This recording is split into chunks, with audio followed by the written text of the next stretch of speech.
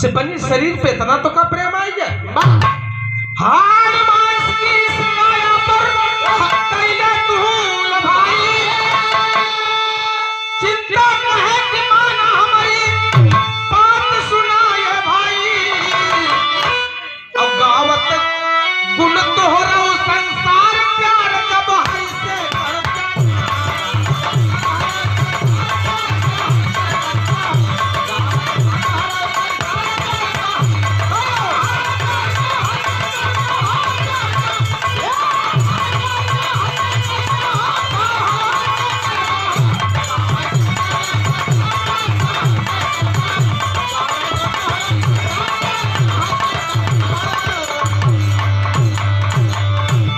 है भगवान से इतना प्रेम करते हैं ना तो हर मोक्ष हो जा, तो का मुक्ति मिल जा। कैसे भैया? अरे बाप रे, एक प्रेमी को भैया कह दे, प्रेमी को भाई कह दिया। आज उनके मन में वैराग्य उत्पन्न हो गया कि मैं आज तक अपनी जिंदगी के साथ खिलवाड़ करता रहा, आज मुझे इस वेश्या ने ज्ञान दे दिया। और उस ज्ञान की वजह से बाबूजी सूर्य बिल्वमंगल आज उस दरवाजे से चला गया, दरवाजे से जाकर इधर उधर की दर की ठोकरें खा रहा है। और क्या करता है? एक तर्ज मिला मास्टर,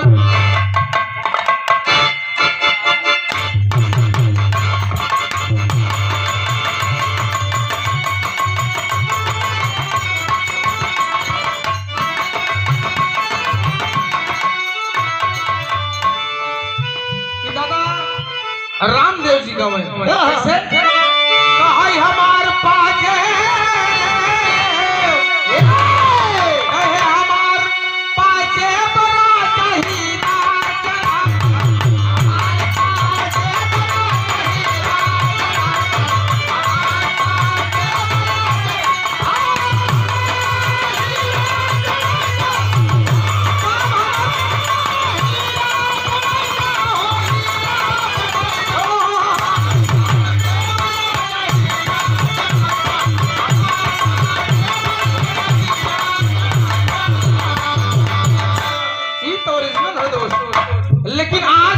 वो बिल्वमंगल वहां से चला गया। जाते जाते बड़ी दूर एक मंदिर मिली और उसी मंदिर पर बैठ गया। कहा भगवान मुझे मेरे नेत्र को आज उस वेश्या ने खोल दिया, मेरे हृदय चक्षु को खोल दिया। लगाई लिहाए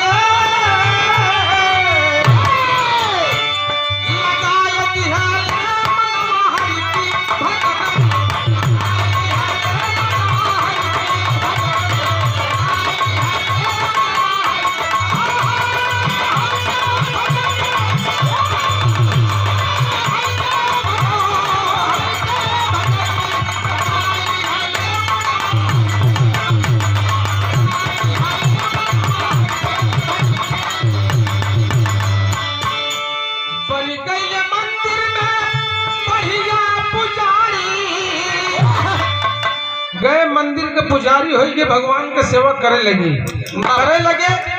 और पूजा कर रही था।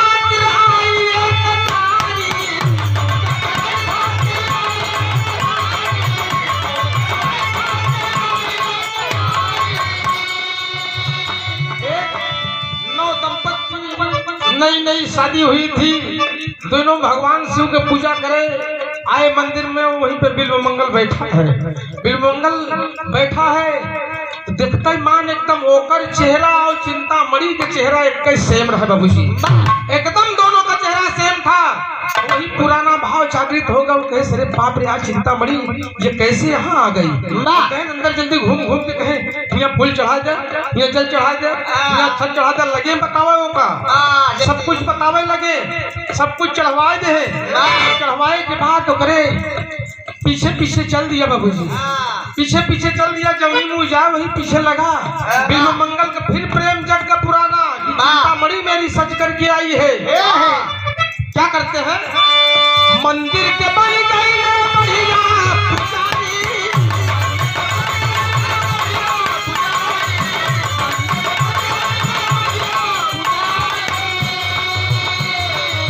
पूजा कर रही था।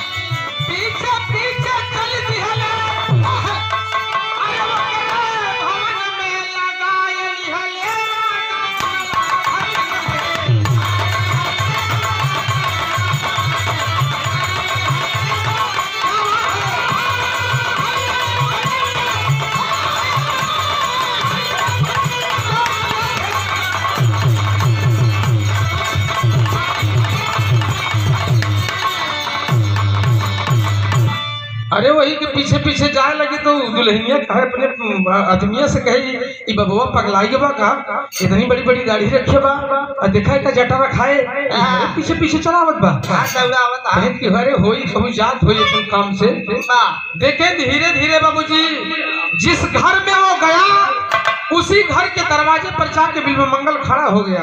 बाबा कहे कहो बाबा तू साधु है कि साधु है? कहे मोह माया से तू मुक्त रहा ये कैसे चक्कर में फंस गया?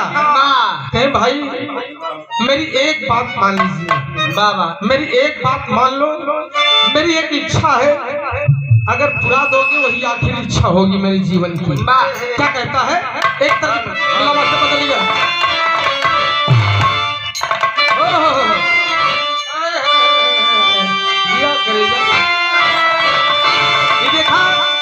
बिरहा के सम्राट कलाकार जुगनू हैदर अली जी कहे ठीक पातर पतर जाते हैं ओकर कमरिया जिसे मुनरी रही एकदम गांव का औरतें घास चलत रहे देखी ओकर देख के मोहाई गेल कहे बाप कितना खूबसूरत बनी कितना सुंदर होई। का कहा थे कहे पतर को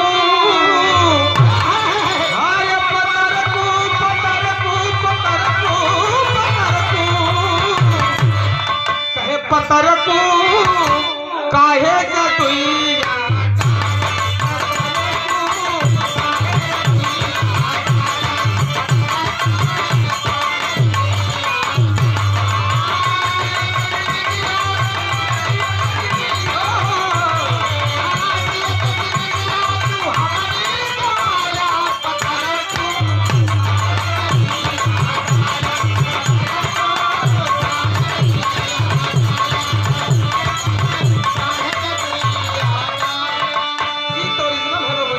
लेकिन का कहा कहे दीवाना अरे दीवाना दीवाना दीवाना दीवाना अरे दीवाना चली भैले बनी मत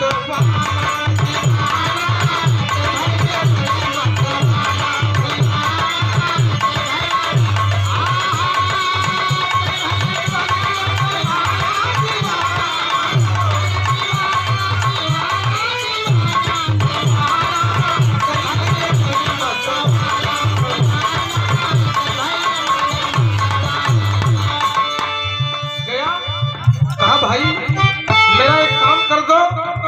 बोला कि मैं आपकी पत्नी से आपकी बीवी से बैठकर कमरे में 5 मिनट बात करना चाहता हूँ। बाबा सारी तो बाबू का देखा देखा दिमाग सर हमारे मेहराबी से ये अकेले बच्चे भाई साहब ये देखा ये निवेदन है मेरा आप मेरी इस बात को मान लीजिए मेरी मुराद पूरी कर दीजिए मेरी इच्छा है। कहे के छठी बा और ये कहा तू पगलान है अगर बाबा बाबा के चक्कर ऊपर है कह रहे कि अगर इच्छा है तो आप बैठ करके बात कर लीजिए ना। अंदर कमरे में गया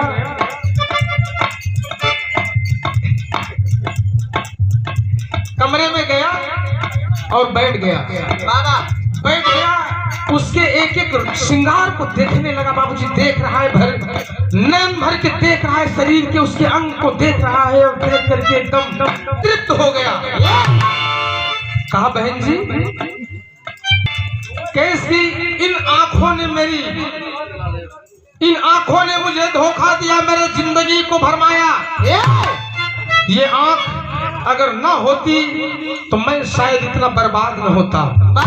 कहे बहन जी दूठी सूजा मिली का बाबा कहे सूजा का करबे बाबा सूजा बाहर ओकर आदमी बैठा बा बाहर आदमी बैठा बा ताकत बा कि देखी साला कुछ अंडपंड तो मिला ना करे हम देखत रहा बाबा बाहर बैठा है तब तक अंदर कहे सूजा मिली कहे हाँ मिल गई। उनका का पता कि सूजा का होई नहीं दौड़ के लिए आई कोई सूजा दे दी ना बाबा देखत ऐसे देखत बाबूजी का की आंखों ने मुझे बहुत धोखा दिया।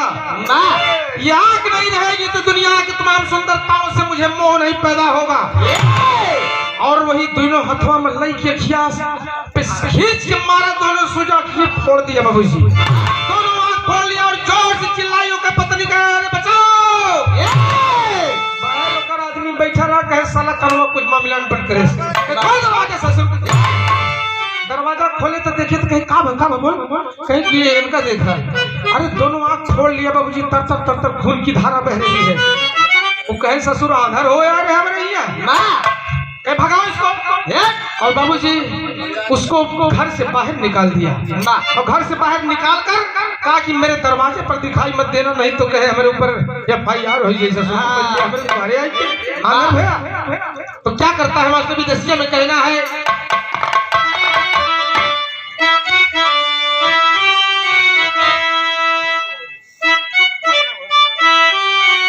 अरे तुई नो बिरनावा तुई नो नयनावा तब अरे खोले बिरनावा हो, अरे तर तर बहाया गेवरिया ये बाबूजी।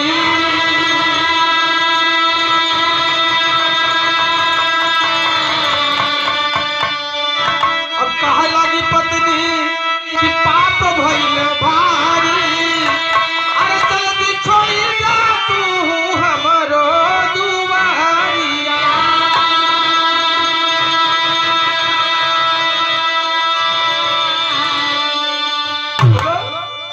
के भगाओ इसको, मेरे दरवाजे से हटा दो और जाओ, भाग जाओ तुम। ये गाय के हाथ पकड़ के रास्ता पकड़ा दे, कहे ऐसे सीधा रास्ता पकड़ के चला जाए, लौट के ना आए। कहा कि ठीक है भाई, मैं लौट करके नहीं आऊंगा, मैं जिंदगी से त्रस्त आ गया था। इन आंखों को इन आंखों ने मुझे धोखा दिया, इसलिए मैंने इन आंखों को फोड़ दिया। मेरा माया का जंजाल यहीं से खत्म हो जाएगा। अरे गैले सूरदास गिर के, गैले सूरदास गिर के कुआं के भितरिया हो, अरे कुआं से करे लागे हरि के पुकरिया।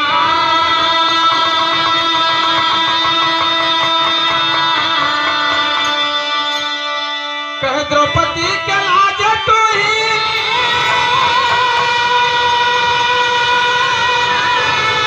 अरे जाई के बचाया हो, अरे जल्दी से आओ प्रभु हमारे मुररिया।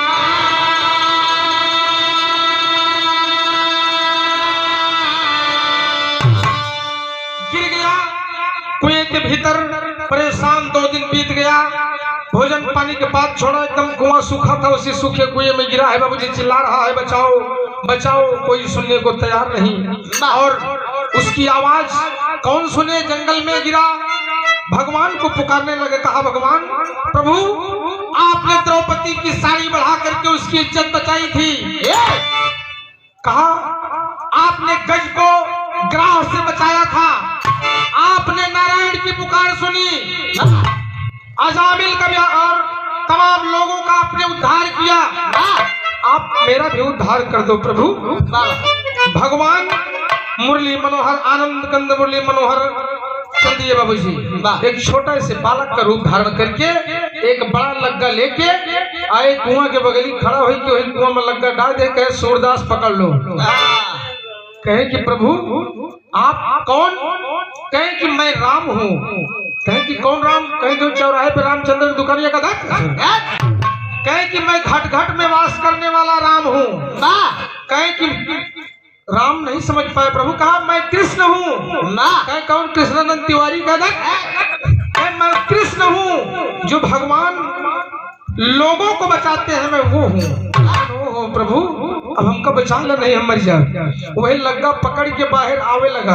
अब आवे लगा धीरे धीरे, जब बराबरे में बाहरे में आए तो सूरदास के मन में आए कि भगवान नहीं, जरूर ये भगवान है, मैं इनको पकड़ना चाहता हूँ।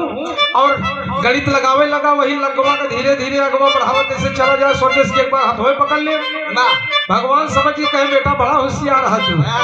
वो वाला छोड़ छोड़ के भगवान एक ही खड़ा हो गए। कहे कि प्रभु आप कहाँ हैं? कहे हम इधर हैं। ले जाके उसी को उसी मंदिर पे बाबूजी फिर से बैठा दिए। भगवान कन्हैया उसी मंदिर पर बैठा दिए और वही मंदिर पर कहे यही बैठ के गुणगान करा भगवान का, और तोहरे बस में कुछ नहीं है। वही बैठ करके करने लगा गुणगान। आधा में कहना मास्टर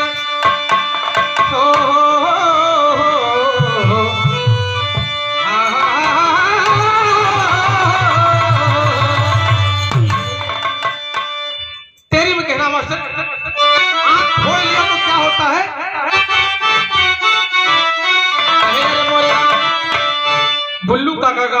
कहा अरे मोरे राम मना में मुरली वाला बस गया, अरे मोरे राम मना में मुरली वाला बस गया, कहे मना में मुरली वाला बस गया, अरे थोड़े नयन सूर भे सूरदास मत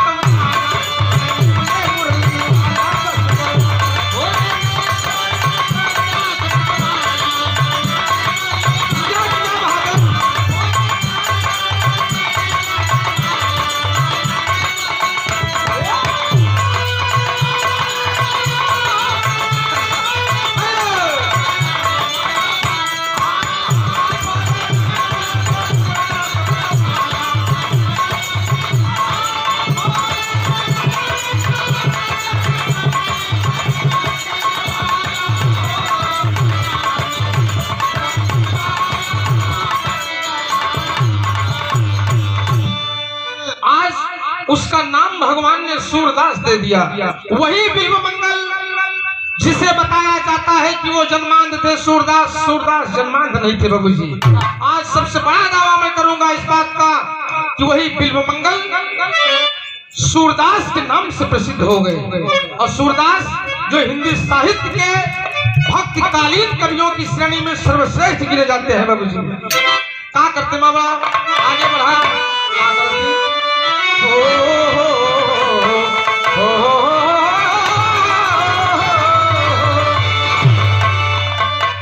अरे सूरदास बैठी गई मंदिर के भीतरिया बाबू,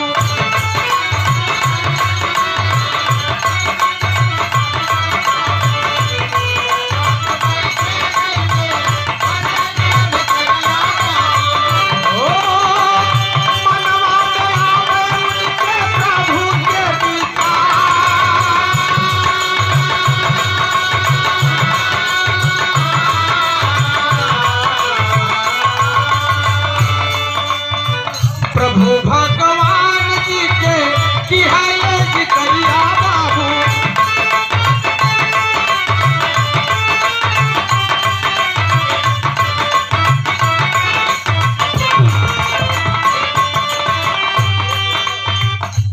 पर बैठ के सूरदास करे लागे प्रभु के भजन,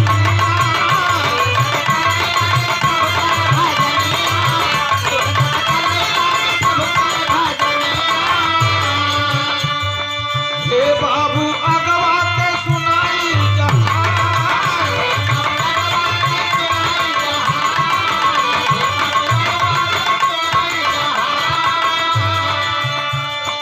तीन ठवर की हले जब सूरज गछावा,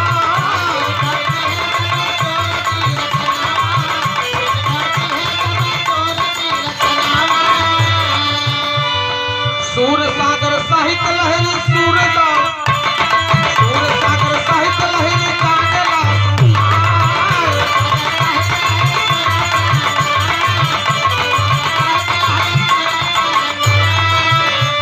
वहीं पर बैठ के सूरदास ने तीन रचना किया बाबूजी। सूर सागर, सूर सारावली और साहित्य लहरी किया। और भगवान के गुणगान उसी में सारे रचनाओं में बताया जाता है कि सूर सागर में 1.25 लाख पद थे। सूरदास ने लिखा, उनके शिष्य बैठ करके उसका कलेक्शन किया करते थे, इकट्ठा करके उसको भगवान की गाथा को सूरदास की रचना के नाम से उसको प्रकाशित करवाया गया बाबूजी। अरे यही क्या कहानियां यहीं पर छोड़ो, अरे यहाँ क्या कहानियां यहीं पर छोड़ो, हे बाबू लगवा के सुनाई जा।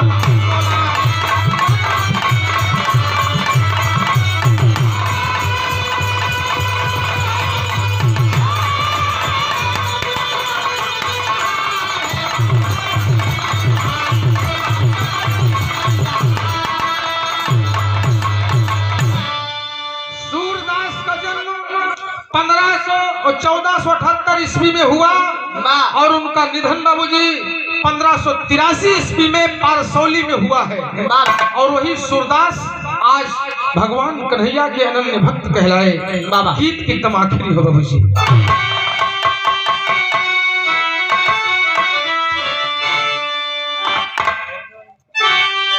अरे मनवा लगाए जाओ, मनवा लगाए जाओ, प्रभु की भजनिया में मनवा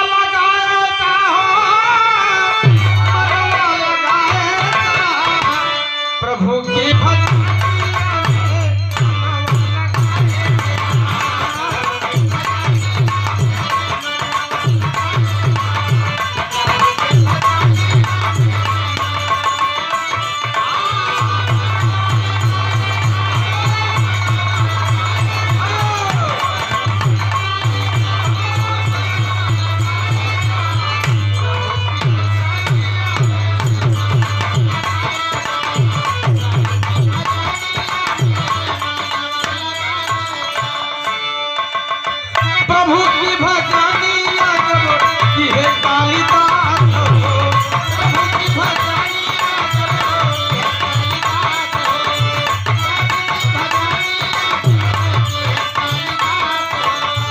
अपनी जिंदगी से भय ना उदास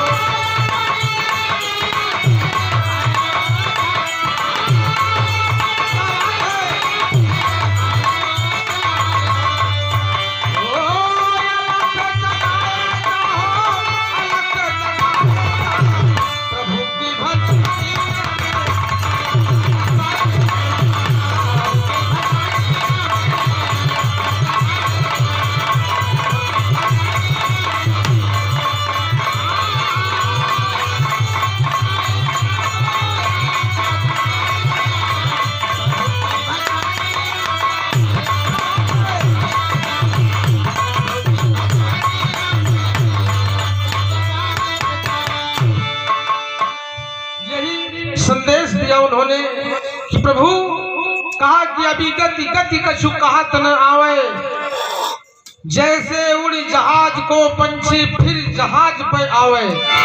उन्होंने लिखा कि अब कह राख ले हूँ भगवान। सूरदास ने लिखा कि हे प्रभु अब की बचा लो, अब जिंदगी में दोबारा ऐसी गलती नहीं होगी। क्या कहा? अब कह राख ले हूँ भगवान।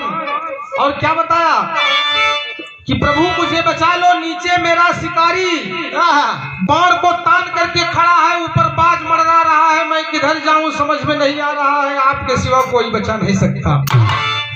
गीत की तमाखी हो कहना है मास्टर बिरहा के गुरु घराने का परिचय देते हुए कभी कहता है, गुरु बिहारी गुरु गणेश गुरु राम